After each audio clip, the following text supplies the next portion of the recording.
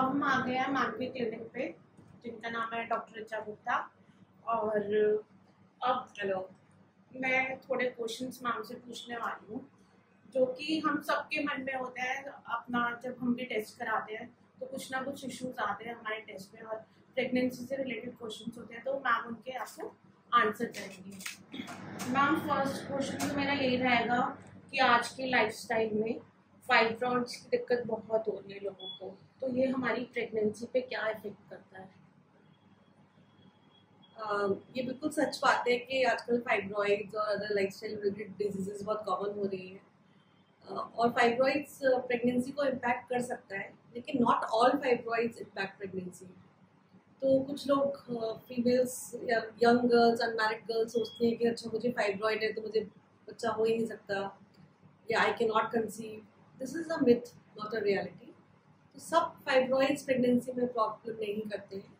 You can conceive with fibroids also, but if you have fibroids and if you are not able to conceive, then definitely some treatment for fibroids is required. तो the second question is, आजकल हम देख रहे हैं जो young girls हैं उनको PCOD और पीसीओएस की सिचुएशन बहुत फेस करनी पड़ रही है, तो उसमें इन फ्यूचर उनके लिए भी कंसीव करने में प्रॉब्लम होता है, तो वो उसको कैसे मेंटेन कर सकते हैं कि फ्यूचर में वो उनको इशू आए ना, कि कंसीविंग का जो इशू प्रॉब्लम रहता है उनके साथ वो ज़्यादा फेस ना करना पड़े, या उनको ज़्यादा उस चीज़ को लेकर हाइपरटेंशन जो हो जाती है वो ना रहे। Yeah.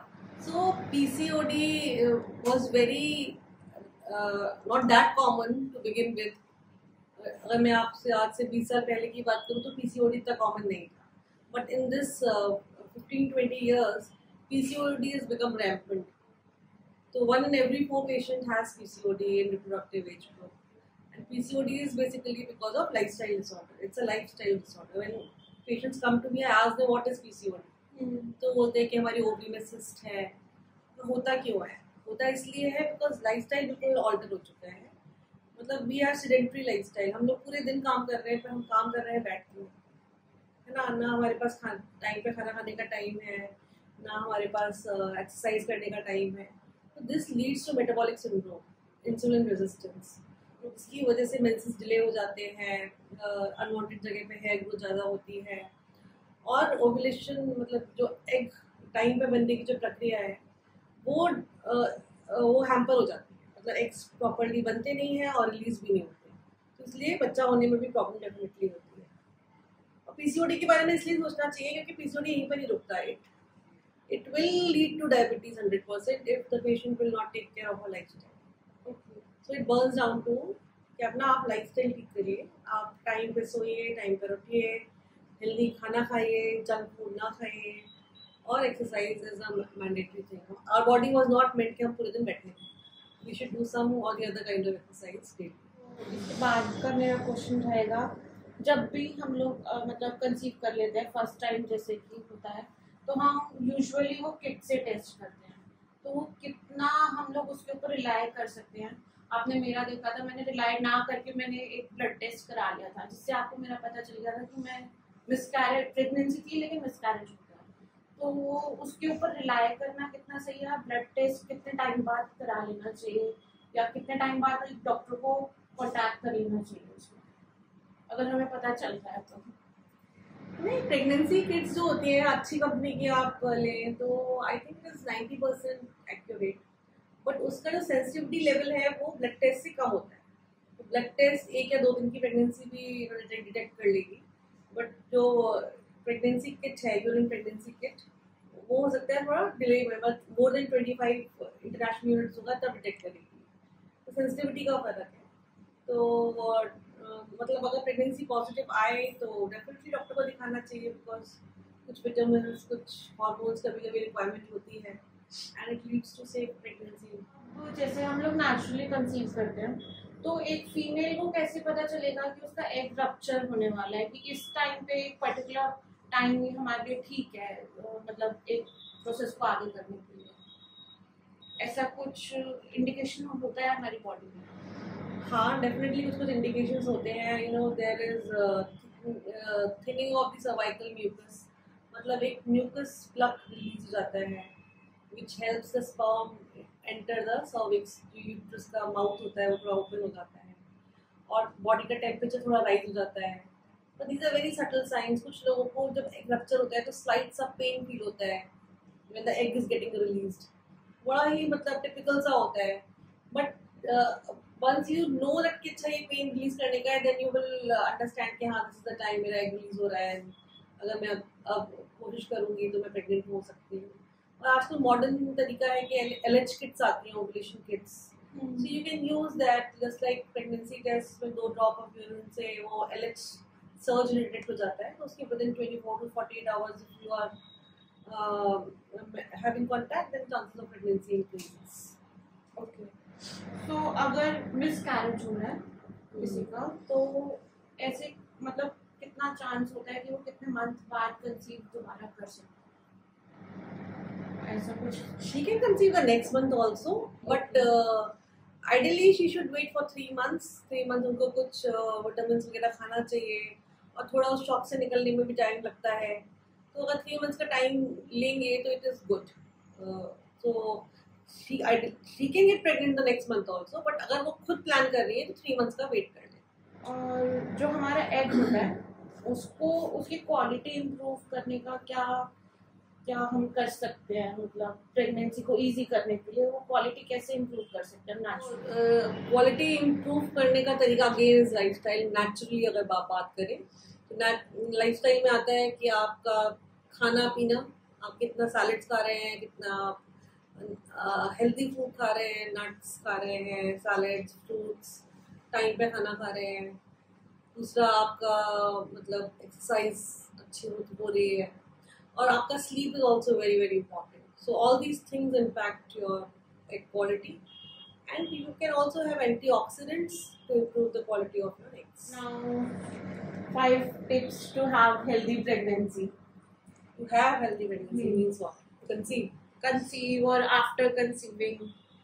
Okay, so the most important tip that I would like to give is keeping yourself happy. There is no replacement of happiness and love in your life. अगर happiness उसका contribution कौन करता है? एक तो आप खुद भी वाउच करते हैं कि आप खुश रहेंगे, तो जैसा आपका मन है वैसे ही बेबी भी अंदर डेवलप होता है. So it is a very, you might call it unscientific, but it is very very scientific. उसी टाइप की energy flow is happening in your body. उसी टाइप की खाना भी उसी तरीके से इफेक्ट कर रहा है. And if you feel loved by your surrounding ones, they are making you feel happy and satisfied. Same type की सोल इनवाइट हो रही है आपकी लाइफ में. तो most importantly the female should vouch that मैं क्योंकि प्रेग्नेंट हूँ, मैं खुश रहने की कोशिश करूँगी और उसके आसपास के लोग उसको लव फील करें और उसको खुश रखने की कोशिश करें. कभी कभी ये दोनों होने के बावजूद भी अगर कोई खुश नहीं होना चाहता तो आप खुश कर नहीं सकते हो किसी को, but at least if it is in your control little bit, you should try to do that. Second, you should have healthy food. You should think that the quality of food should be good. ऐसा नहीं है कि आपने मन का खाना नहीं खाया है. कभी कभी गोलगप्पे भी खा सकते हैं, कभी कभी आइसक्रीम भी खा सकते हैं, but basically you should have healthy food. You should exercise, you should walk, you should sit in nature, you should breathe fresh air. Morning में आप जाओ, अच्छी फ्रेश एयर करो.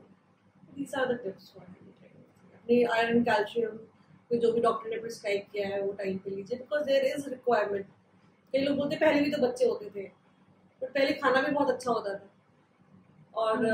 और एक्स्ट्रा रिक्वायरमेंट होती है. बाद में आपको एनीमिया ना हो, बाद में आपकी ऑस्टियोपोरोसिस, आपकी हड्डियां कमजोर ना हो, इसलिए आयरन कैल्शियम खाना चाहिए. Now about white discharge, is it normal or abnormal during pregnancy? White discharge in pregnancy or without pregnancy is a normal phenomenon. Okay, if it is not accompanied by 3 things. One is pain, second is itching, and third is foul smell. अगर ये 3 चीजें नहीं है तो it is absolutely normal. It's a nature's way of cleaning that path. ठीक है, अगर ये 3 चीजें, definitely go to your doctor, have some medicine, and you will be fine. अब जैसे कि मैं प्रेग्नेंट हूँ, माँ हमसे बड़ी वाली जो जनरेशन है, मम्मी हो गई, दादी हो गई, तो लोग फोर्स करते हैं कि हाउस होल्ड वर्क करो, नॉर्मल डिलीवरी होगी, घर का काम करो, चलो फिरो.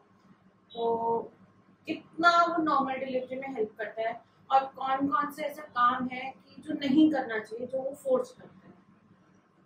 मतलब मेरे को फोर्स नहीं करा है, मैंने खुद अपना काम खुद करा है। लेकिन बहुत फीमेल ऐसी होती है जो बताती हैं कि उनको फोर्स करा जा रहा है, उनसे नहीं हो रहा तब भी उनको बोला जा रहा है करो। So it is a very मतलब पर्सन स्पेसिफिक क्वेश्चन। मतलब डेफिनेटली एक्टिव रहना अच्छी बात है प्रेगनेंसी में, ठीक है। जो गांव की औरतें हैं वो घड़ा भी लेके चलती हैं, वो चक्की भी चलाती हैं, but everything varies from person to person. अगर आपको कोई कॉम्प्लिकेशन नहीं है, अगर आप काम करने से कोई एक्सर्शन नहीं हो रहा है, तो definitely you should do as much as you can do. मतलब इसमें घर वाले सजेस्ट कर सकते हैं, but they should definitely not force the woman कि तुम करो ये करो। उससे कई बार ऐसा भी हो जाता है कि पेशेंट स्टार्ट्स ब्लीडिंग या प्रीटर्म लेबर पेन शुरू हो जाते हैं। और कभी कभी कुछ फीमेल्स कुछ भी नहीं काम करती हैं, तो the chances of caesarean increases in those patients. तो ये वेरी करता है। अगर आप ओवरऑल आप हेल्दी हैं, कोई कॉम्प्लिकेशन नहीं है, you should definitely do as much as you can without feeling tired or without feeling जितना आपको जितना आप कर सकते हो, मतलब जितना नॉर्मल लिमिट्स में कर सकते हो आपको करना चाहिए। There is no problem. और ऐसी कोई डाइट बताना चाहोगे जो फर्टिलिटी इंक्रीज करे? दोनों मेल और फीमेल दोनों में ऐसा कुछ? तो okay, one diet that I should say कि स्टॉप ईटिंग जंक। जो लोग स्पेशली जो आईटी प्रोफेशनल्स हैं, because they have to sit so much and work all the time, परेशान हो जाते हैं स्क्रीन देख देख के। तो दे जस्ट कैन मतलब सब कुछ फिंगर टिप्स पर है। They order junk food and then they have it and they feeling good. तो ये तो डेफिनेटली ओबेसिटी कॉज करेगा and they will not lead to, उनके स्पर्म काउंट्स भी कम हो जाते हैं मेल्स के, females get into obesity, PCOD. तो definitely a balanced healthy diet. फिर आप सोचो कि मैं तो एक बार ही खाना खाती हूँ पूरे दिन में और मैं तो कुछ खाती ही नहीं हूँ, पर फिर भी मैं मोटी हूँ या फिर भी मुझे पीसीओडी है। It's because you are not taking your meals on regular intervals. Eat every 2-3 hours, eat less but eat every 2-3 hours, eat healthy, take lot of fruits and drink lot of water. So एक last question, ठीक है। ऐसा बहुत होता है कि जब pregnancy 8 month पहुंच जाती है तो घर वाले कहते हैं घी खाओ, या फिर उसको शुरू से ही प्रेशर करना शुरू कर देते हैं 2 दिनों का खाओ, 2 दिनों का खाओ। तो ये कितना ठीक है कि नॉर्मल प्रेगनेंसी में आपको घी हेल्प करता है या आपको 2 दिनों का खाना खाना चाहिए? कितना मतलब ये करेक्ट है मेडिकल उसमें? घी खाना शायद बड़े लोग इसलिए कहते होंगे, गाय का घी specially, because it has lot of good properties. और मतलब थोड़ा कैलोरी रिक्वायरमेंट इंक्रीज हो जाता है। तो मतलब एक साथ आप घी खाते हो तो थोड़ा सा एक्स्ट्रा इजीली चला जाता है एक्स्ट्रा कैलोरीज आपकी बॉडी के अंदर। तो मैं ये नहीं बोलूँगी कि आप ओवरटली बहुत ज़्यादा घी खाओ, बट घी खाना इज गुड, स्पेशली गाय का घी खाना। एंड थोड़ा सा आप दाल खा रहे हो तो उसमें थोड़ा सा एक्स्ट्रा घी डाल लो। 2 जने का खाना तो कैलोरी रिक्वायरमेंट इंक्रीजेस। तो आप जितना रेगुलरली खाते हो उससे तो डेफिनेटली आपको ज़्यादा खाना है।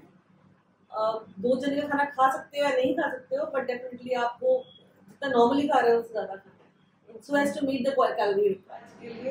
और अगर आपके कोई और क्वेश्चंस हो तो आप मुझे कमेंट बॉक्स में बता देना, मैं मैम से एक और वीडियो में वो क्वेश्चंस आस्क करेंगे। Okay, so Shilpi, all the best for your pregnancy. Hope to see your 2 sweet kids soon.